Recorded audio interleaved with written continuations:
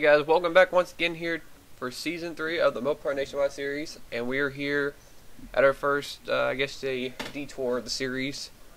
We're not going where the Cup Series are going. This will be the first time the two series have been split to two different places. We are going to be heading out to Memphis, Tennessee, for here at the Memphis Raceway Park, and we're going to see what happens here. Kroger 250 is host of race number 6 of the season, and it's going to be a different kind of track for these drivers.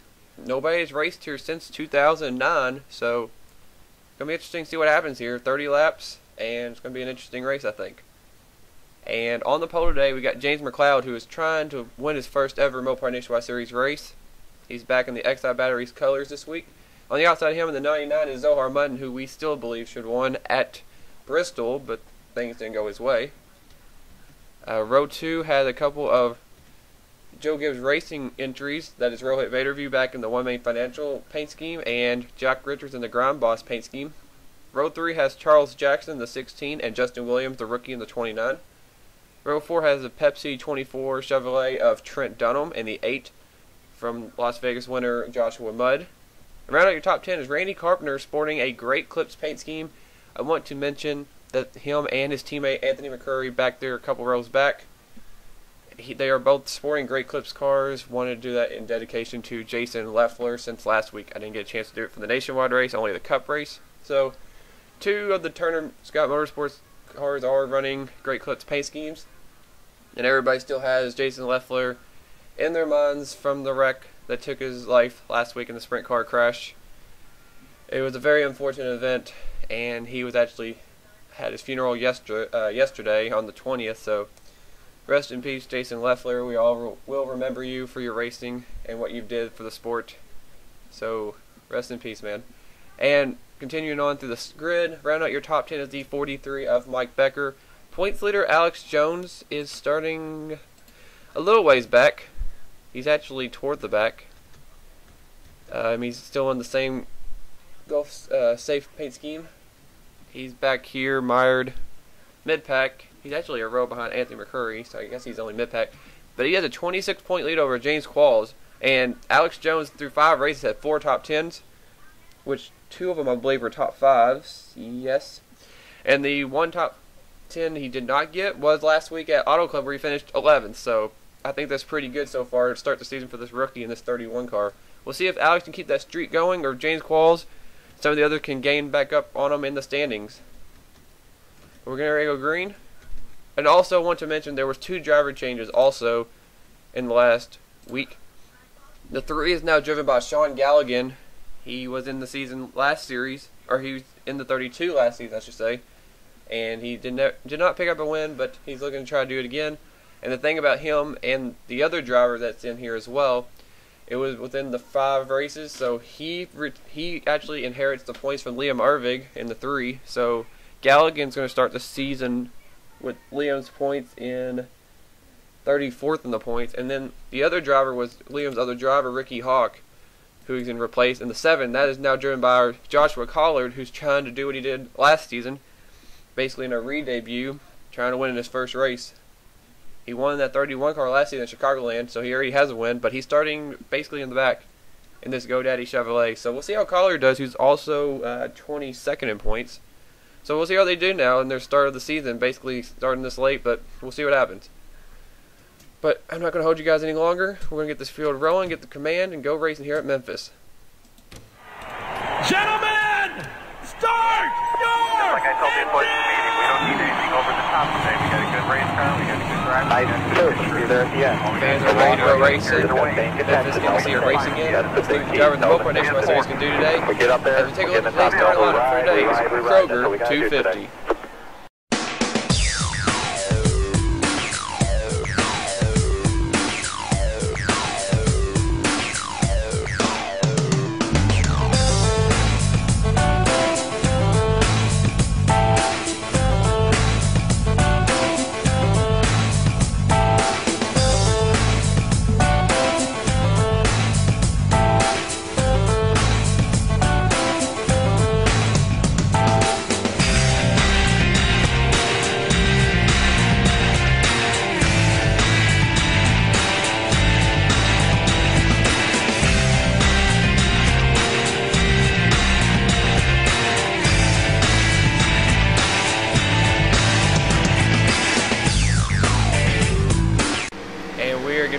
green here for 30 laps. There's a look at your starting grid for today's race. The pace car just about killed the tire barrier, but that might actually be an issue if we have green flag stops. But James McLeod, Zohar Munn with his awesome little camera on the front straightaway will lead them down to the green flag, and we are racing here at Memphis.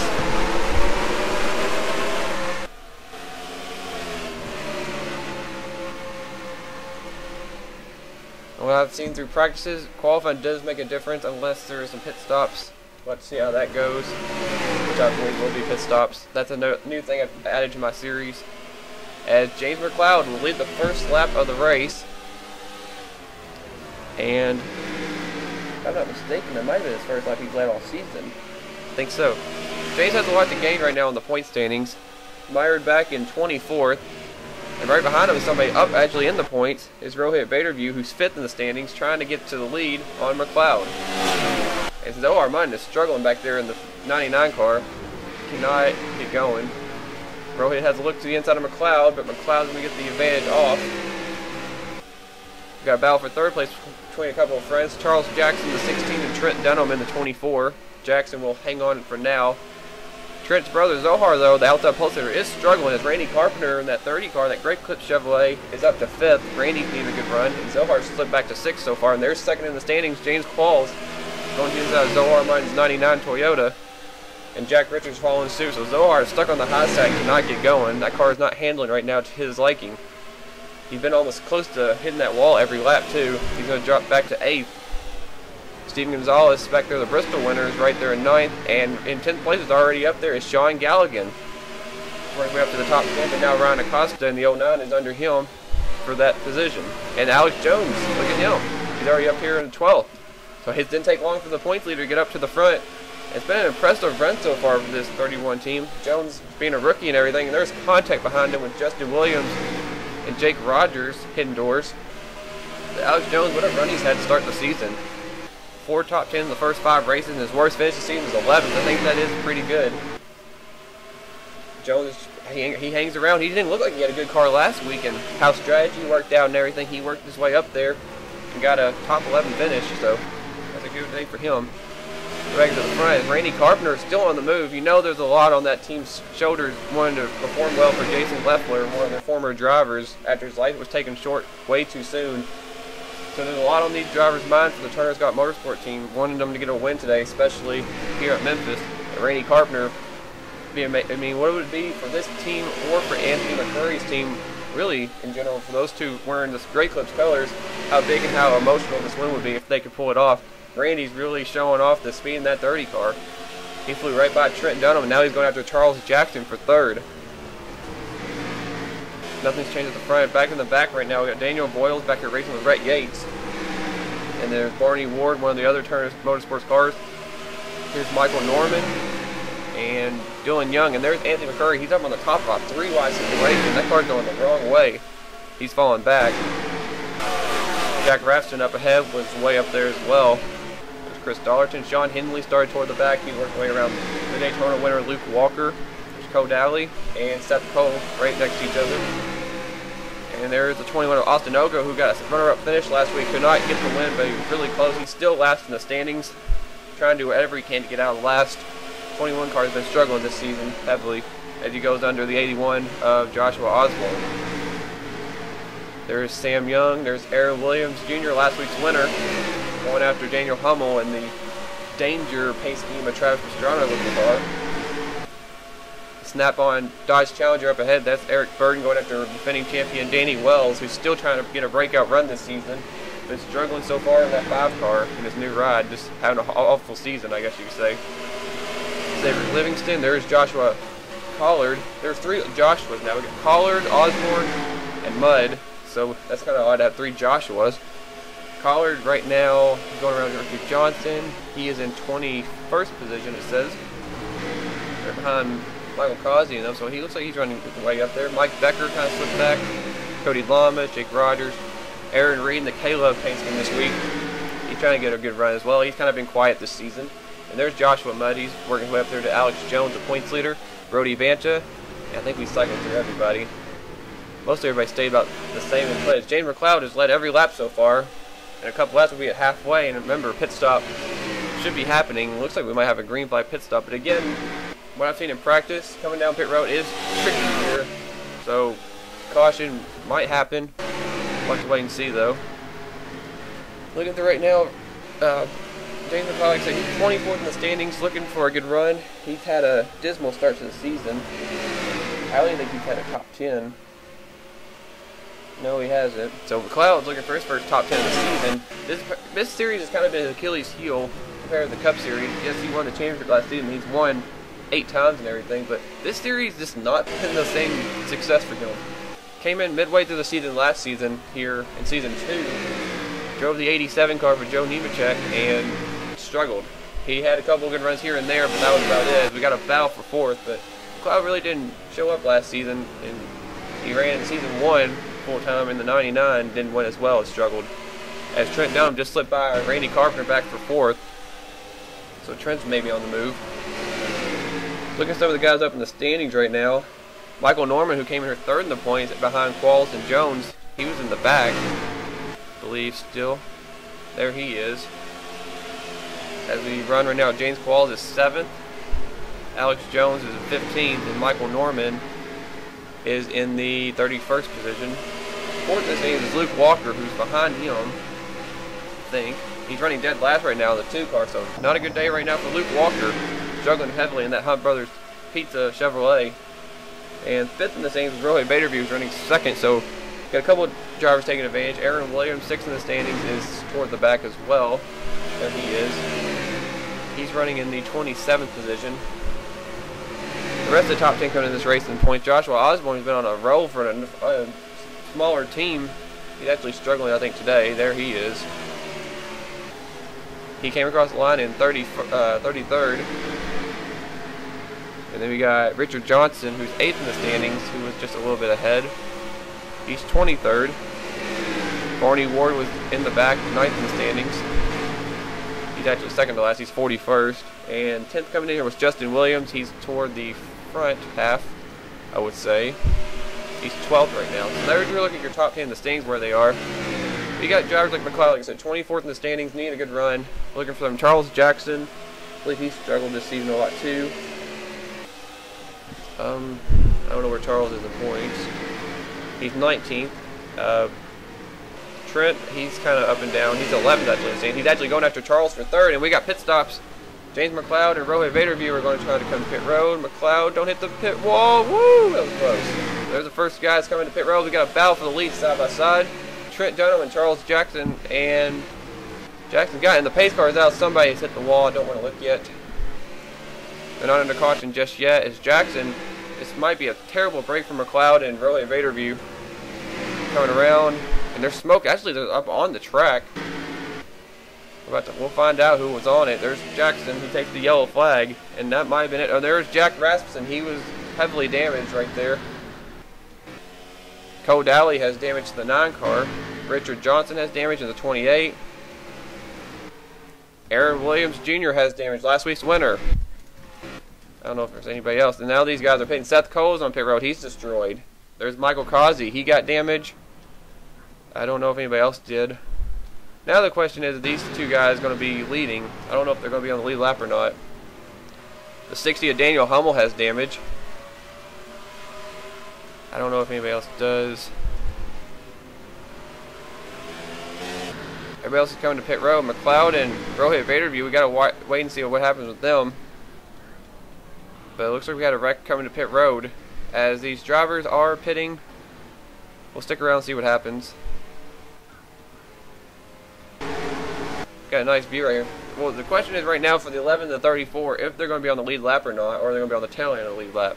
As Charles Jackson will lead them off pit road in the 16. Trent Dunham will come out in 2nd. There's Randy Carpenter. Ryan Acosta in the 09. Here comes Brody Banta. The 18 of Aaron Reed. Jake Rogers. Sean Galligan. And here comes Eric Burton and the rest of the pack is coming out pit road. And Zohar Munn's having an extended wait on pit road. So is Jack Richards back there. I don't know why. But we'll find out who's going to be the race leader as we're under caution for the first time today here in the Cougar 250. Let's see what happened to bring out the first caution. Alright, back here in 20th position, Michael Causey was, I think, the 3rd driver to peel off the pit road behind McLeod and Vaderview. He's coming to pit road. He actually kind of went in pretty hot. And he's going to slide and gets the grass just a little bit. He's actually going to get hit. He gets to come back on the racetrack. Gets hit by Richard Johnson. And he goes right into the tire barrier. Aaron Williams hits him. And then the cars start piling in. Seth Cole gets in it. Daniel Voiles, I think he just somehow avoided. The cars are squeezing by. I'll actually look again and see if the 77 snuck by. If he did, that was amazing. His teammate right here gets damaged after he hit the wall. Look at the impact. 60 miles an hour. Doesn't sound like much, but that's still pretty bad for a wreck. Bounced off his teammate's door. The 60 right there. Daniel Hummel. Aaron Williams nowhere to go. Austin Ogo snuck by. Seth Cole had nowhere to go. I think the 77 somehow went. Whoa! How did that 77 car avoid that? That was crazy. I want to go on board with the 77 and see what Daniel Voiles saw. You want to talk about a close call? How about we take a look on the onboard of the Toyota 77 of Daniel Voiles and see what he saw and how close he was to getting in this wreck. There's a wreck up there, the chain reaction. Watch this. He goes almost under 17. Ow. Great job by that 77 car and Daniel Voiles, the rookie, getting around that wreck. But some of these drivers that were having a bad day are out of the race early, and they're not going to be racing much longer. I think I just looked back and something happened to the 14. I don't even think I looked at that. Might as well take a look at that while we're at here. Let's see what he did. Oh, he already got in the wreck. Maybe he got spun afterwards. We're in the back of Seth. He might got turned. I think he's trying to get out of the way. Oh no, he just wrecked himself. Okay. I don't know what he was trying to do. That's one way of getting out of the way. But that car is not really hefty anymore either. It's easy to make a joke about that car, but tough break for Jack Rasmussen. But the question now would be about Rohit Vandervue and James McLeod. Will they be leading, or are they going to be on the tail end of the lead lap? We'll find out on the restart here at Memphis. Well, we are back, and the pace car lights are off. We're on lap 28-30, and what it looks like on the scoring, the 11 and the 34 are on the tail end of the lead lap. That is a bad break for both Rohit Vandervue and James McLeod, who had the dominant car. Rohit, this is the second time in a couple weeks he's ran second and had to pit and got costly caution that took him out of contention. They're going to be restarting back in the 30th and 31st position. And that inherits the lead to the 16 of Charles Jackson, who's been running third about all race. We're going to have a two-lap shootout. He's going to hang on in front of Trent Dunham, Randy Carpenter, Ryan Acosta, Brody Banta, Aaron Reed, Jake Rogers, Sean Galligan, Eric Burton, and Danny Wells is your top 10. Now, I don't know what these front two guys are going to be doing. It's not really going to be a factor with them. The race for the win is going to be right here between the 16 and the 24, a couple of friends. And then Randy Carpenter is in third place, would love to win this race. And Charles Jackson hang on the 16 to pick up the win today. Coming to the line will be the white flag. 1 lap to go here in Memphis for Charles Jackson. Trent Dunham on the back bumper in the Pepsi 24. Jackson got to the corner a lot better than Trent did. Carpenter's trying to run hard back there in the 30. He's way up the track. But it doesn't look like Trent has anything for Charles Jackson to come off turn 3 and 4 for the final time. The win surprisingly goes to Charles Jackson, the 16 team, as he wins the Kroger 250 here at Memphis. In a race that Charles ran third all race, had the 2 leaders pit, the caution came out the traffic on the lap down, and the race was in his hands. Charles Jackson is your winner today here. His first win of the season, I believe his third of his career. He's won, I think, 1 race each season. So Charles is going to victory lane for the first time at a non-restrictor plate race, because he's only won at Talladega twice. So Charles is going to victory lane here on the short track here in Memphis, Tennessee. 16 cars going to victory lane.